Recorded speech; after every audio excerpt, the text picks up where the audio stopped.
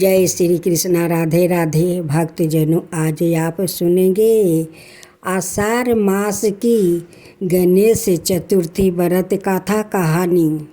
साथ में सुनेंगे चौठ माता की कथा। जय श्री कृष्णा। राधे राधे भक्तजनों, आज आप सभी श्रवण करेंगे आषाढ़ कृष्णा पक्ष की श्री गणेश चतुर्थी व्रत कथा। गणेश भगवान की जय, गणेश भगवान की जय, गणपति पप्पा की जय। भविष्य पुराण में ऐसा कहा गया है कि जब जब मनुष्यों को बड़ा भारी संकट प्राप्ति हो, संकटों और मुसीबतों से घेरा महसूस करे, यह निकट भविष्य में किसी अनिष्ट की आशंका हो तो उस समय संकष्टी चतुर्थी का व्रत करना चाहिए। इससे इस लोक और परलोक दोनों में सुख मिलता है। व्रती के सब कष्ट दूर हो जाते हैं। धर्म, अर्थ, काम और मोक्ष की प्राप्ति होती है। मनुष्य मनोवांछित फल पाकर अंत में गणपति को पा जाता है। यहाँ तक कि इस व्रत के करने से विद्यार्थियों को विद्या, धनार्थी को धन, पुत्रार्थी को पुत्र और रोगी को अरोग की प्राप्ति होती है। महाराज युधिष्ठिर ने इस व्रत के प्रभाव से युद्ध में दुश्मनों को मारकर अपना राज्य पा लिया था। जब रावण को बलि ने बांध लिया था, तब उसने इसी व्रत को करके भगवान गणेश जी की कृपा से अपना राज्य फिर पा लिया था। इसी व्रत के प्रभाव से हनुमान ने सीता का पता लगाया था। त्रिपुर को मारने के लिए शिव जी ने इस व्रत को किया था। दमयंती ने इसी व्रत को करके अपने पति राजा नल का पता पाया था। तीनों लोगों की विभूति चाहने वाले इंद्र ने इसी व्रत को अपनाया था। पार्वती ने शिव जी को पति रूप में इसी व्रत के प्रभाव से पूजन विधि युव तो संकष्टी श्री गणेश चतुर्थी व्रत प्रत्येक मास के कृष्णा पक्ष की चतुर्थी को किया जाता है। लेकिन इस दिन स्नादि नृत्य कर्मों से निवृत्त होकर स्वच्छ वस्तु धारण करके दाहिने हाथ में पुष्पा, अक्षत, गंधे और जल लेकर संकल्प करे कि अमुक मास, अमुक पक्ष और अमुक तिथि में विद्या, धन, पुत्र, पौत्र प्राप्ति, समस्त रोगों से मुक्ति और समस्त कष्टों से छुटकारे के लिए श्री गणेश जी की प्रसन्नता के लिए मैं संकट चतुर्थी का व्रत करता हूँ। इस संकल्प के बाद दिन भर मौन अथवा उपवास रहकर व्रती रहे।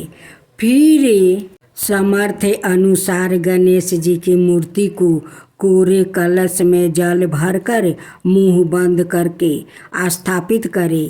गजानंद भगवान का चिंतन करते हुए उनका आवाहन करे।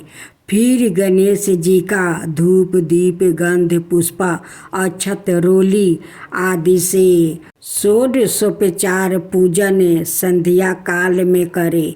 पूजा के अंत में 21 लड्डुओं का भोग लगाए। इसमें से 5 गणपति के सम्मुख भेंट करे। शेष ब्राह्मणों और भक्तों में बांट दे। साथ में दक्षिणा भी दे दे और बोले, रात में चंद्रोदय होने पर यथाविधि चंद्रमा का पूजन करे। क्षीर सागर आदि मंत्रों से अर्घदान करे। तत्पश्चात गणपति को अर्घ्य देते हुए नमस्कार करे और कहे कि हे देव, सब संकटों का हरण करो और मेरे अर्घ्यदान को स्वीकार करे। अब आप फूल और दक्षिणा समेत 5 मोदकों को मेरी आप चित्तों दूर करने के लिए स्वीकार करें। वस्तु से ढाका पूजित कलश, दक्षिणा और गणेश जी की प्रतिमा आचार्य को समर्पित कर दे, फिर भोजन ग्रहण करे।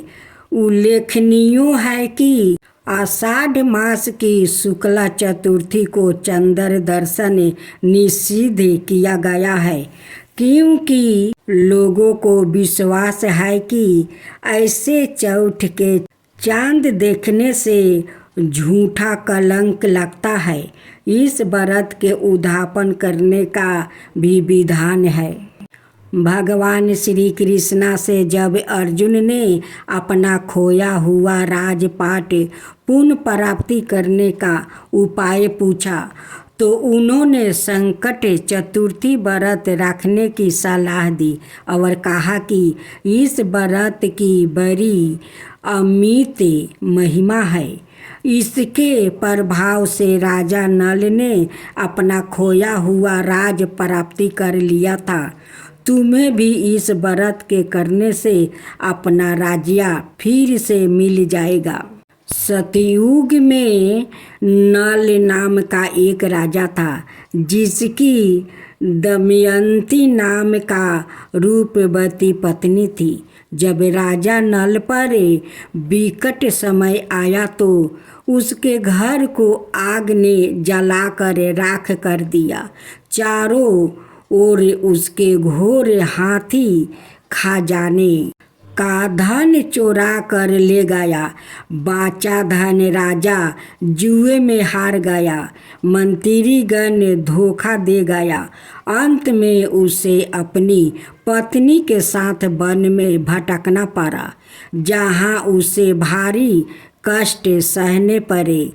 कलियुग के प्रकोप से उसे अपनी सती साध्वी पत्नी से भी अलग होना पड़ा।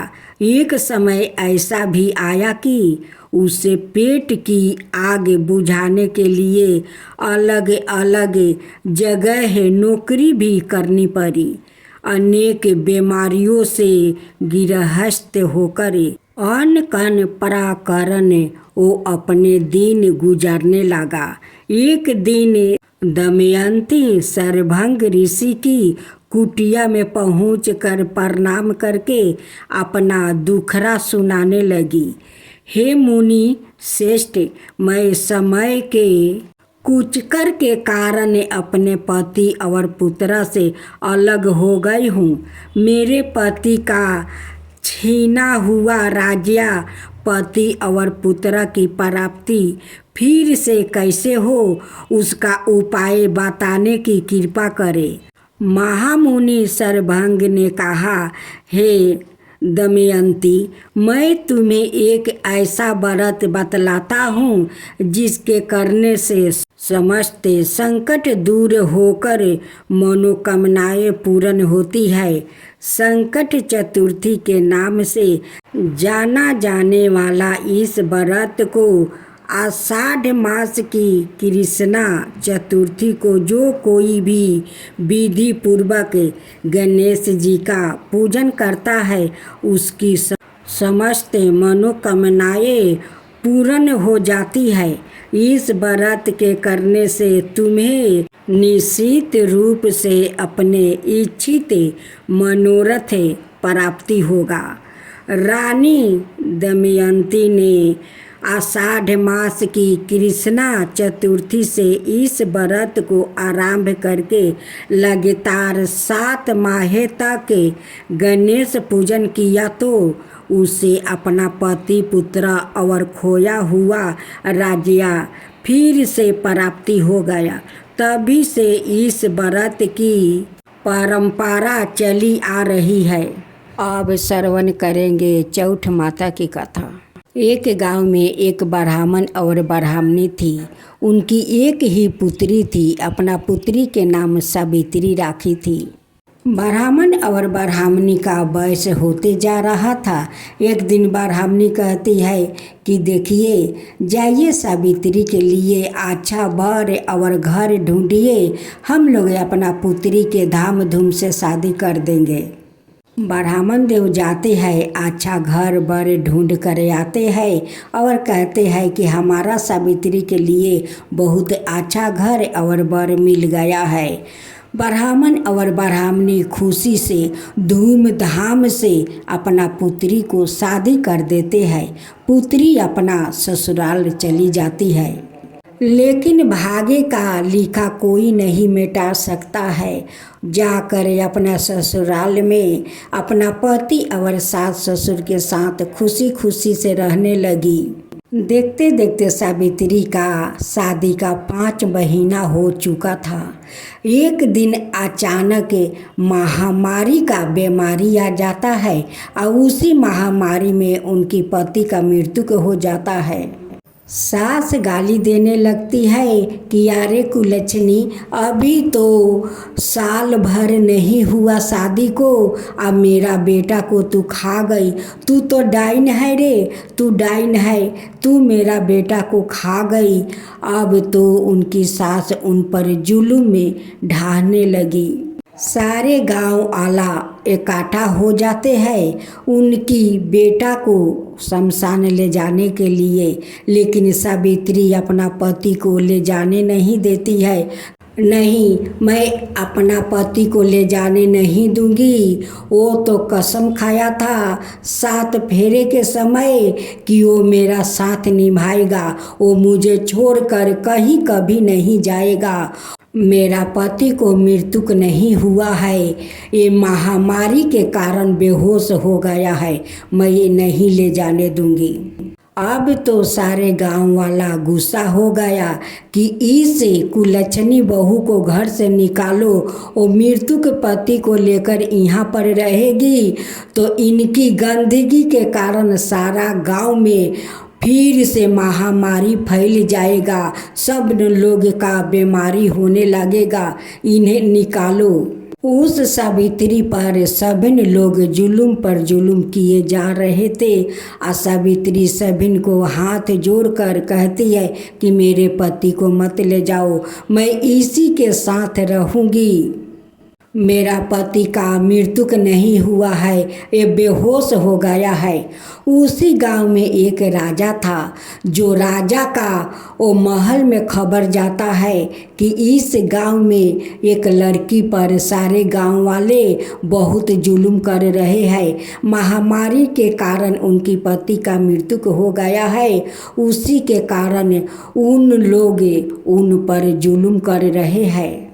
लेकिन उस स्त्री तो अपना पति को शमशान नहीं ले जाने देती है।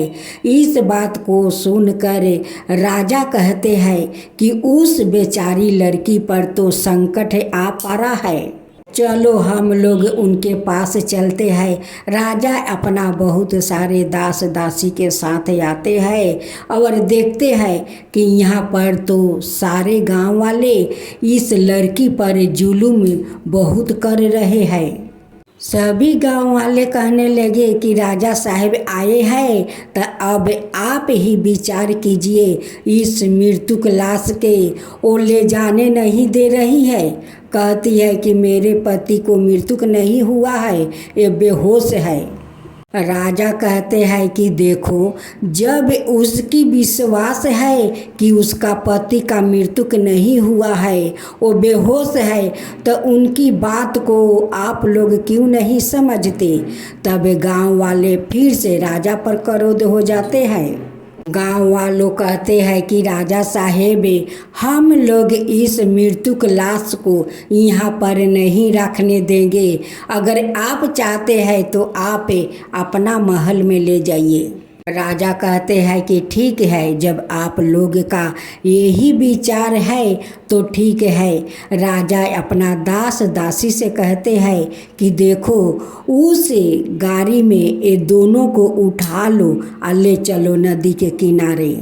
वहीं पर राजा एक झोपड़ी बनवा देते हैं और सावित्री और उनकी मरे हुए पति को उसी झोपड़ी में रखवा देते हैं और देखभाल करने के लिए एक दास और दासी को वहीं पर रख देते हैं और कहते हैं कि देखो दास दासी, इस लड़की का कोई दुख नहीं होना चाहिए, ऐसे ही तो उन पर संकट आ पड़ा है। दासी रोज भोजन बना कर ले जाती है, लेकिन सावित्री वो भोजन ग्रहण नहीं करती है।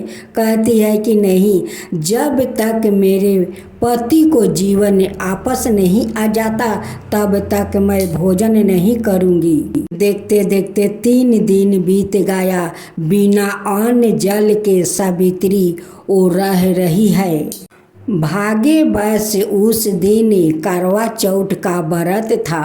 उस दिन करवा चौथ माता वो थाल में सजाए हुए उनकी पास आती है और कहती है कि देखो सावित्री, इस थाल में जो जो मैं लाया हूँ वो तुम्हें पहनना पड़ेगा। सावित्री कहती है कि माता, आप कैसे कह रही है, मैं कैसे पहनूं? इस मृतक पति को लेकर मैं परी हूँ और आपको श्रृंगार देखता है। आप कहती है कि इस श्रृंगार को पहनूं, मैं कैसे पहनूं?